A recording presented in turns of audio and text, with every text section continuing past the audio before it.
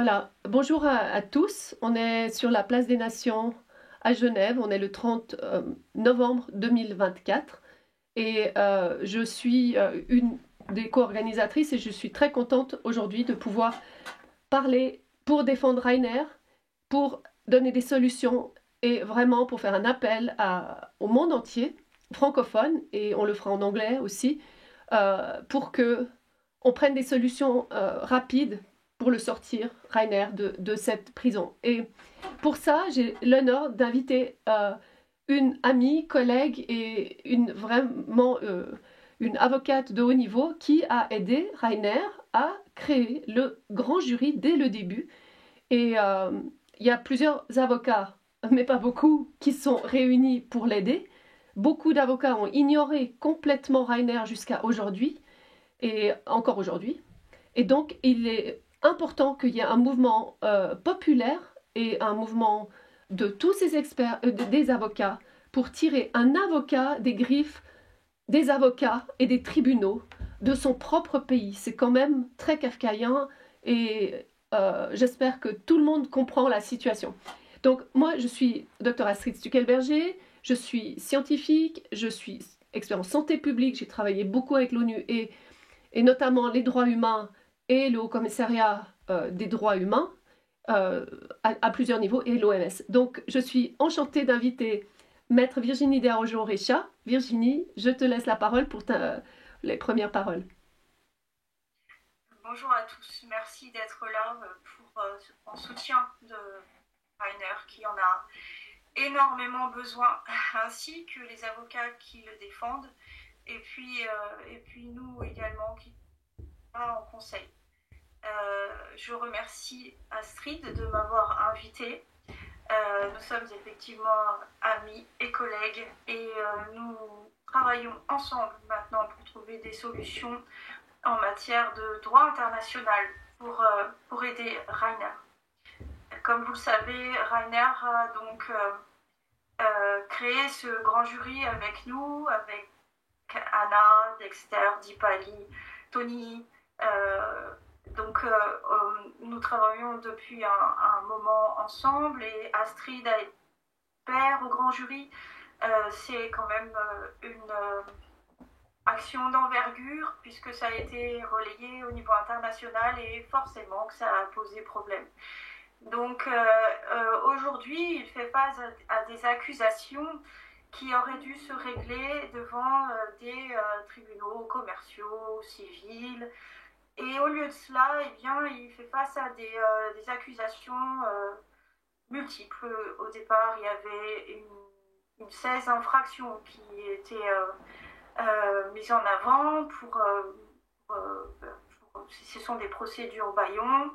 Il n'en reste plus qu'une qui est en fait une problématique donc, de fonds qui ont été placés, mais légalement. Hein, le comptable était informé, son associé était informé, mais tout ça n'a pas pu se régler comme on peut l'attendre dans un État démocratique.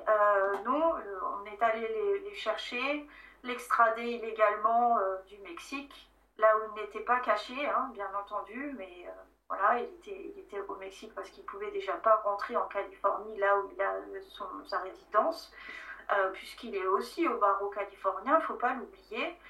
Et donc, eh bien maintenant, il y a eu ces accusations, ces 16 infractions mises en avant, et il n'en restait plus qu'une qui était ce placement de fonds qu'il a effectué donc avec les documents légaux, hein, correctement rédigés. Et là, on assiste à un tournant. C'est extrêmement grave parce c'est une procédure bâillon. Nous nous rendons compte qu'avec des informations qu'on a eues de nos confrères, que les services de renseignement avaient des consignes pour eh bien, tenter de l'empêcher par tous les moyens avec les confrères qu'il avait autour de lui notamment, de faire en sorte qu'il ne se présente pas aux élections, qu'il ne puisse pas parler, qu'il soit censuré. Et c'est pour ça que j'estime qu'aujourd'hui c'est un procès politique. et que c'est une procédure bâillon à l'encontre d'un avocat. Et donc ce tournant aujourd'hui, c'est qu'il est quand même en prison de haute sécurité, mis à l'isolement constamment. Il fait maintenant des actes de torture physique et psychologique. Voilà, comme le fait d'être mis à genoux sur un tabouret avec les mains menottées, le fait qu'on dise à chaque fois qu'il faut qu'il porte un gilet pare-balles, parce que sinon il risque de ne pas réchapper voilà, d'une motive quelconque. Voilà. On ne veut pas entendre aussi ces avocats, on ne veut pas entendre les témoins qui seraient à décharge, et donc on empêche par tous les moyens en Allemagne que le procès se déroule correctement, et on accuse ces avocats de rallonger la procédure, alors que c'est justement parce qu'ils ont des blocages dans tous les sens, c'est complètement ahurissant. Il n'a pas non plus la possibilité de voir se terminer cette période de détention provisoire. Ça fait plus d'1 an. Je ne sais pas, en France, on aurait quand même eu une possibilité d'avoir un bracelet électronique et pouvoir sortir. Il y a des gens en Allemagne qui se sont proposés pour le recevoir, et non, on le garde en prison de haute sécurité. Et là, il y a vraiment une torture psychologique pour qu'il comprenne qu'il faut qu'il arrête de défendre les libertés fondamentales, de s'exprimer. Quelqu'un qui a une aura il bénéficie de la confiance de la population, d'une grande partie de la population et de ses confrères. Donc, devant tout ça, nous ne pouvons pas rester sans rien faire. Donc, j'invite mes confrères à se rapprocher des barreaux européens, et notamment du barreau allemand, de se rapprocher de leur ordre, et d'aviser l'Observatoire international des avocats en danger, ce que j'ai pu faire. Mais si on est plusieurs à relater ce procès et ce qui se passe au niveau de la violation des droits fondamentaux de notre confrère, nous serons quand même plus entendus. Parce que les violations des droits fondamentaux à l'égard d'avocats, ça ne se passe pas que dans les pays que l'on considère non démocratiques, ça se passe aussi en Europe. Voilà, donc ça c'est important. Et avec Astrid, nous avons déterminé une procédure, et nous allons la soumettre à Rainer. Nous l'avons déjà soumis à sa famille, une procédure, Astrid étant vraiment ayant connaissance des arcanes du fonctionnement des Nations Unies. Elle a pu aller rechercher au commissariat des Nations Unies aux droits de l'homme voilà, une procédure spécifique que l'on veut démarrer, et également probablement devant la Cour européenne des droits de l'homme, parce qu'il y a violation des droits fondamentaux et qu'on ne peut plus attendre que toutes les voies de recours soient épuisées en Allemagne. Il faut que l'on agisse au niveau international avec les confrères, parce que c'est un avocat, et si on ne bouge pas, ce sera plusieurs avocats. Voilà, il faut vraiment que l'on fasse le nécessaire, et c'est ce qu'on s'emploie à faire en ce moment avec Astrid. Merci de votre attention. Merci Virginie. Oui, alors c'est fantastique, parce que c'est des avocats qui se mobilisent pour les avocats. Et nous, le peuple, et moi, et comme expert, ben oui, on peut servir, parce qu'on est justement la force vive qui peut dénoncer qu'un de nos compatriotes qui aurait pu être nous, tous, c'est que le droit n'est pas respecté dans son propre pays. Et que si le droit n'est pas respecté dans votre propre pays, eh ben, il faut aller à l'international. C'est comme ça que ça s'est passé avec le Yémen, avec le Rwanda, qui a eu un tribunal spécial, et ça a fait le buzz dans le monde entier.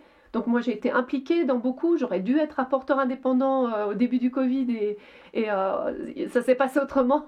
Mais c'est vraiment un mécanisme, même si on critique les Nations Unies, il y a vraiment un effet de masse. Ce que moi me choque le plus, c'est que c'est normalement en état de guerre qu'on torture les gens en prison. Et donc le Comité international de la Croix-Rouge à Genève visite les prisonniers de guerre. Mais là, on est dans une guerre de son propre pays contre ses propres citoyens, dans une pseudo-démocratie.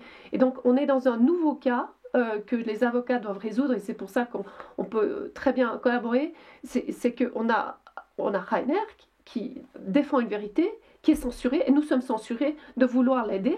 Et donc là, il y a un mouvement maintenant international qui est magnifique et qui avance aux États-Unis, partout dans le monde, et nous ne pouvons que contribuer. Je veux juste souligner à quel point il a été trahi. Il a été trahi à l'intérieur par ses propres collègues avocats, Justus Hoffmann, Antonia Fischer, et ensuite lui qui était le leader et qui a créé et qui menait toutes ces auditions, plus de 400 auditions depuis juillet 2020 jusqu'à 2022, il a été ensuite trahi par celle qui était avec lui, Viviane Fischer, et Wolfgang Woodard. Et moi, j'ai assisté à ça parce que je l'attendais dans une interview pour Israël, sur l'OMS et sur les comités régionaux. Et il n'y a que Viviane qui venait. Et j'ai dit, mais où est Rainer? Où est Rainer? Et le lendemain, ils ont annoncé qu'il était exclu de son propre comité. Je crois qu'il faut rappeler à quel point c'est grave, trahi dans son propre cœur de comité. Donc après, il a été trahi par son propre pays. Et donc, c'est des triples, quadruples trahisons, trahi par le Mexique qui l'a extradé dans son propre pays pour torture. Aujourd'hui, on peut le dire, pour torture. Et donc, c'est encore une trahison des droits humains, une violation massive sur tous les plans. Et c'est absolument choquant. Et c'est pour ça que de le dire, tout le monde peut le dire. Et nous avons fait une affiche que vous pouvez voir qui est sur la place des Nations qu'on avait déjà amenée le 1er juin avec Francis le procédurier, Jean-Michel, et puis on avait fait avec Virginie. Et là, on a amélioré les points. Donc, ce que vous allez voir maintenant sont des points améliorés de ce qu'on a présenté sur la place des Nations le 1er juin 2024. Et vous avez donc toutes les étapes de l'extradition, l'arrestation illégale et l'extradition, qui sont tous des points que vous trouvez dans les droits internationaux et aux Nations Unies, dans plusieurs organismes, et il faut le connaître pour savoir. Ensuite, vous avez l'isolation, et isolation sans justification. Ensuite, il y a traitement, torture inhumaine, dégradant et cruel, intentionnel. L'intentionnalité, ça c'est toi qui me l'a appris, c'est vraiment fondamental. Et puis, bien sûr, un procès et des procédures qui sont totalement à l'envers du bon sens, parce qu'il n'a même pas le droit d'avoir des personnes qui rentrent et qui sont témoins. Il ne peut pas avoir un médecin. On lui impose un médecin et on lui dit non, tu n'es pas malade, alors qu'il était malade, etc., etc. Et ça n'arrête pas. Donc voilà, on vous a donné des clés pour pouvoir parler haut et fort avec ces points centraux. Et puis les avocats, comme a dit Virginie, mobilisez-vous parce que vous avez un rôle énorme dans cette société. Et moi, je vous ai tout mon soutien quand vous allez dans la bonne direction. On ne soutient pas les personnes qui vont contre, dans le silence absolu jusqu'à aujourd'hui.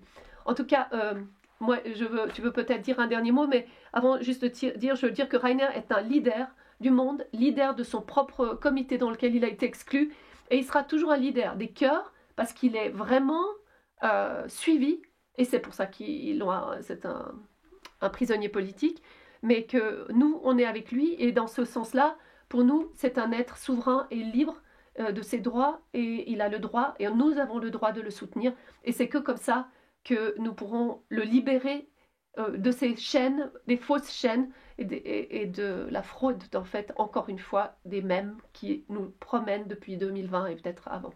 Voilà, je te donne le dernier mot, Virginie.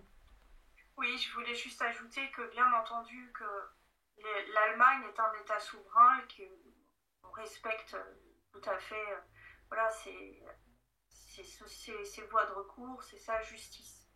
Et on sait également ce que sont les doutes que l'on peut avoir sur les structures, les organismes internationaux. Néanmoins, là, nous n'avons pas le choix. Nous n'avons pas le choix. À partir du moment où vous avez Viviane Fischer qui quand même est revenue sur ses dires, qu'elle s'est mise de côté de Rainer. Du côté de Rainer, quand vous avez des accusations de détournement de fonds qui en fait c'est une inversion accusatoire à partir du moment où les fonds sont partis sur un compte d'une personne, d'un tiers. Notaire. Elle n'est pas poursuivie. Donc il y a des aberrations immenses dans ce dossier. Et en fait, nous ne pouvons faire qu'une chose maintenant, c'est de faire connaître sa situation et la répéter et se démultiplier de façon à ce que chacun entende. Et c'est un avertissement pour tout le monde, mais c'est aussi, il faut qu'on soit pour une fois, on a beaucoup de mal à faire, solidaire, parce que ça peut arriver à chacun de nous.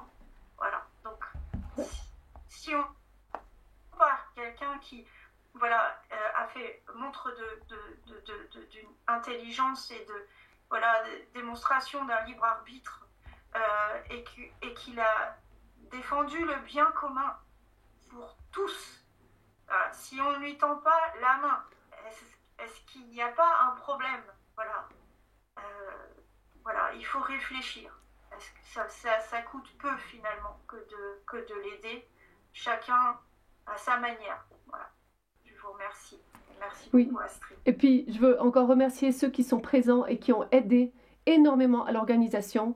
Il y a Sonia et toute son équipe qui ont fait un travail incroyable. Bravo.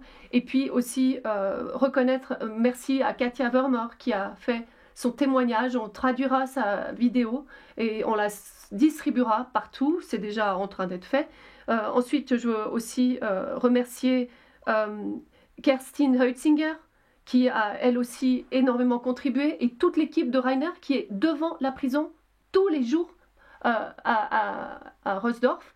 Et puis les Français aussi qui y vont, et ils vont avec les bannières et continuez, faites des bannières. Ceux qui veulent faire les bannières, vous pouvez nous demander, on va vous les donner, vous pouvez les imprimer vous-même, mais il faut absolument parler. Et puis aussi Patrick Galati qui est là, et puis Peter Koenig, un Suisse qui a aussi beaucoup parlé sur l'OMS, etc. Et à tous les avocats qui nous soutiennent et ceux qui sont positifs.